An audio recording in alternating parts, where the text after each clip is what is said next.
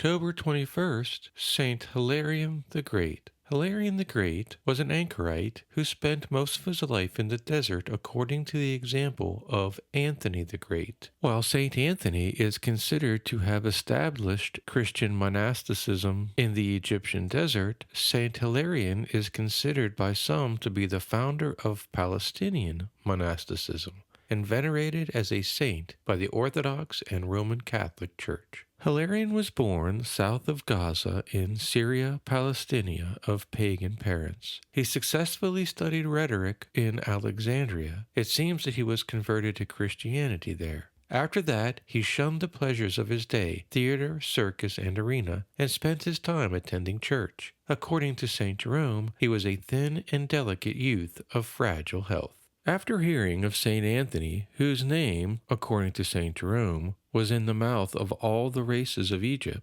Hilarion, at the age of 15, went to live with him in the desert for 2 months. St. Anthony's hermitage was busy with visitors seeking cures for diseases or demonic affliction. Hilarion returned home with some monks. There, his parents having died in the meantime, he gave his inheritance to his brothers and the poor and left for the wilderness.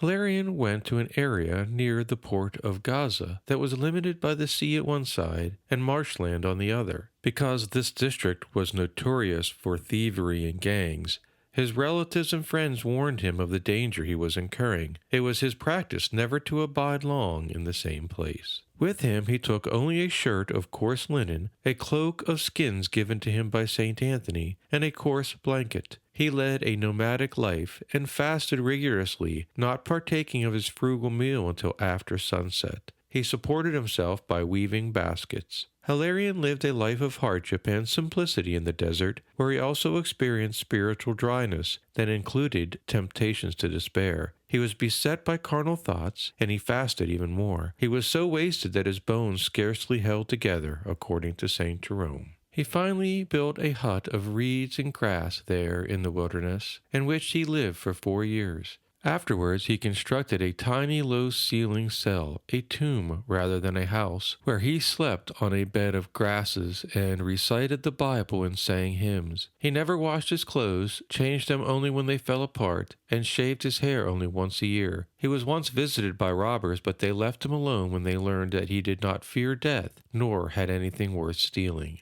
St. Jerome described Hilarion's diet as half a pint of lentils moistened with cold water, and after 3 years he switched to dry bread with salt and water. Eventually, perceiving his sight to grow dim and his body to be subject to an itching with unnatural roughness, he added a little oil to his diet. After he had lived in the wilderness for 22 years, he became quite famous. Visitors started to come begging for his help. The parade of petitioners and would-be disciples drove Hilarion to retire to more remote locations, but they followed him everywhere. First he visited St. Anthony's retreat in Egypt, then he withdrew to Sicily, and finally to Cyprus. There he died in the year 371. Many miracles were attributed to him. His first was when he cured a woman who had been barren for 15 years. Later, he cured 3 children of a fatal illness. He healed a paralyzed charioteer and expelled many demons. Great Saint Hilarion, you who are of Gaza and Palestine, please help the world at this time of strife, particularly the persecuted Christians in Gaza and Palestine.